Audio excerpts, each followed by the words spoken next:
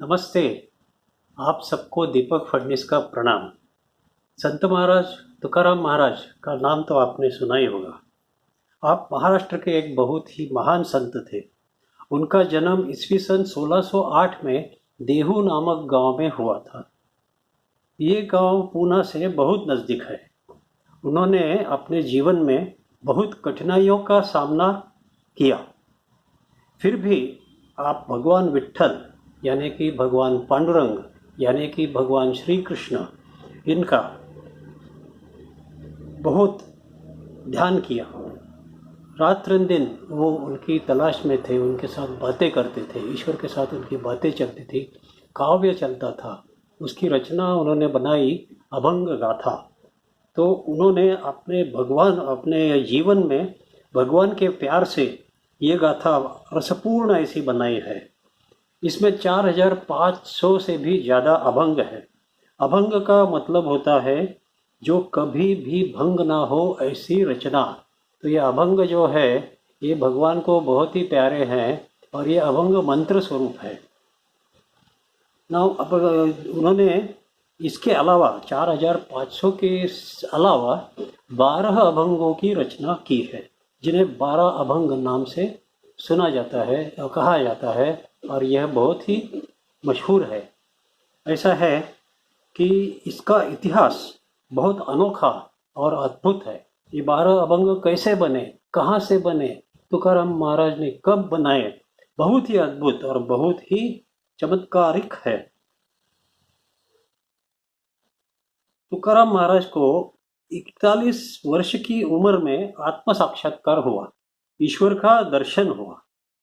इतना ही नहीं तो उनके प्रेम से प्रभावित होकर भगवान विष्णु स्वयं अपना गरुड़ वाहन लेकर देहू गांव में आए और तुकाराम महाराज को सदेह मतलब उनके देह के साथ विमान में बिठा के अपने वैकुंठ धाम की तरफ ले गए, वैकुंठ धाम में ले गए। अब ऐसे हुआ कि जब वो जा रहे थे तब उन्होंने विमान में बैठे जाने रह रहे थे, तभी उन्होंने ये 12 अभंगों की रचना की, एक कागज पर लिखे और ये अभंग उन्होंने जमीन पर छोड़ दिए। इनके साथ वो जिसको उसका पहचान होने के कारण उन्होंने अपनी टाड़, टाड़ मतलब तो झांझ होती है, और कंथा, कंथा का मतलब है कंधे पर पहनने का वस्त्र। तो ये दो चीज़ें वो अभंगों के कागज के साथ जमीन पर छोड़ दी। अब ज़मीन पे जब उनको कुछ लोगों को ये मिला तभी उनको ये महसूस हो गया कि ये संत तुकाराम महाराज ने भक्तों के लिए भेजा है, और ये अभंग फिर 12 अभंग की नाम से मशहूर हो गए। तो इसीलिए मैंने जो कहा कि ये मंत्र स्वरूप है। अभी ऐसी धारणा है कि ये अभंग जो भी व्यक्ति 11 बार पारायण करती है, इनका पठन करती है 11 बार, तो उसकी जो भी कोई अच्छी इच्छा, अच्छी कामना, अच्छी तमन्ना हो वह पूरी हो जाती है। अब परम पूज्य श्री तुकाराम महाराज के जीवन को कोई भी इतने कम शब्दों में कह नहीं सकता। मैं आपको पूरा नहीं बता सकता। इनका पूरा चरित्र समझने के लिए हजारों पन्ने लिखे गए हैं, और उनको पढ़कर ही तुकाराम महाराज कैसी प्यारी इंसान थे, कैसे प्यारे इंसान थे, ये आपको समझ में आएगा। अभी बस ये इसका कारण जो मैंने अभी थोड़ी सी बात जो बताई, उसका एक कारण ये है कि 12 अभंगों का अब हम हिंदी में अनुवाद करने वाले हैं। ये सब मैंने पहले एक वीडियो में चित्रित किया है। जो 12 अभंगों का मराठी में जो लिखे हैं उनका मराठी पठन मैंने एक अलग से वीडियो में तैयार किया है, और वो वीडियो इसी चैनल पे मौजूद है। इस अभंग के नीचे डिस्क्रिप्शन में मैं उस वीडियो की लिंक देता हूँ। अभी जो भी तुकाराम महाराज ने हमें भगवान के, उन्होंने 12 अभंग के सिवा और एक अभंग लिखा, और वो प्रासादिक अभंग है जो कि 13वां अभंग समझ सकते हैं। और तुकाराम महाराज ने वो अभंग हमें भगवान के प्रसाद स्वरूप दिया है। अब इन अभंगों के पठन करने से, इनके और इनके अनुसार जीवन जीने से जो फल प्राप्ति होती है वह बताया है इस 13वें अभंग में। वह भी वीडियो अलग से पोस्ट करूँगा। तो अब मैं पहले अभंग का पाठन करता हूँ मराठी में। जन्माचे ते मूळ पाहिले शोधून, दुःखासी कारण जन्म घ्यावा। पाप पुण्य करोनी जन्म येतो प्राणी, नरदेहा येऊनी हानी केली। रजतम सत्व आहे ज्याचे अंगी, याची गुणे जगी वाया गेला। तम म्हणजे काय नरकची केवळ, रजतो सबळ माया जाळ। तुका म्हणे येथे सत्वाचे सामर्थ्य, करावा परमार्थ अहर्निशी। तो ये है पहला अभंग। अभी इसको हम दो दो पंक्तियों के साथ अनुवाद करेंगे। ये जो छोटी दो पंक्तियां हैं उनको एक चरण कहते हैं। तो इस अभंग में 5 चरण है। पहला चरण, जन्माचे ते मूळ पाहिले शोधून, दुःखासी कारण जन्म घ्यावा। मैंने जन्म का मूल ढूंढा और यह देखा कि इसका मूल कारण केवल दुख का अनुभव करना ही है। दुख अनुभव करने के लिए आत्मा जीव धारण करता है और इसीलिए उसका जन्म होता है नरदेह योनि हानि के लिए। ना तो पहला दूसरा चरण अभी ऐसा है, पाप पुण्य करोनी जन्मा येतो प्राणी, नरदेह योनि हानि के लिए। स्वर्ग या नरक लोगों में पाप और पुण्य कर्म के परिणाम भुगत कर आत्मा नरदेह धारण करके जन्म लेता है। तो स्वर्ग में पाप पुण्य का उपभोग, नरक में पाप के अनुशासन सब करके पाप और पुण्य का बैलेंस जब इकट्ठे एक हो जाता है तभी आदमी को, आत्मा को आदमी की देह मिलती है, नरदेह मिलता है। और ये नरदेह मिलना बहुत ही मुश्किल है। तीसरा चरण, रजतम सत्व आहे ज्याचे अंगी, याची गुणे जगी वाया गेला।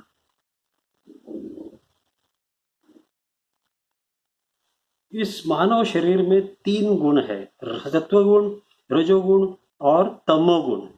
इन्हीं गुणों के कारण आप इस दुनिया में शरीर धारण करके और जीवन का विनाश करते हो। चौथा चरण, तम म्हणजे काय नरकची केवळ, रजतो सबळ मायाजाळ। तमोगुण अविज्ञान ये केवल नरक समान है। इसमें अहंकार और षड्रिपु का समावेश है। षड्रिपु का मतलब है ये 6 दुश्मन जिनका नाम है काम, क्रोध, लोभ, मोह, मद और मत्सर। अभी इनका मतलब डीप यदि आपको अच्छी तरह से समझ लेना होगा तो आप समझ ले सकते हैं अलग से। अभी रजोगुण इतना बलवान है कि वो आपकी आत्मा को माया जाल में पूरी तरह और बुरी तरह फंसा देता है। अच्छा अच्छा खाने की तमन्ना, अच्छा आरामदायी और वैभवशाली जीवन जीने की तमन्ना, ये सब रजोगुण से जन्म लेती हैं।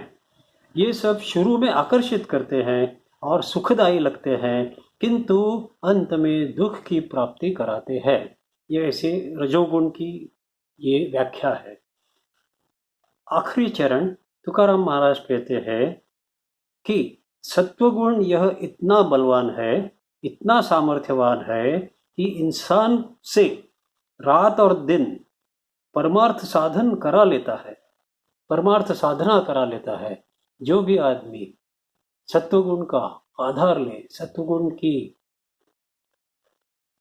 पहचान करा ले और अपने में सत्वगुण जो बढ़ा ले, वह आदमी शीघ्र ही आध्यात्मिक प्रगति कर लेता है और ईश्वर प्राप्ति कर लेता है।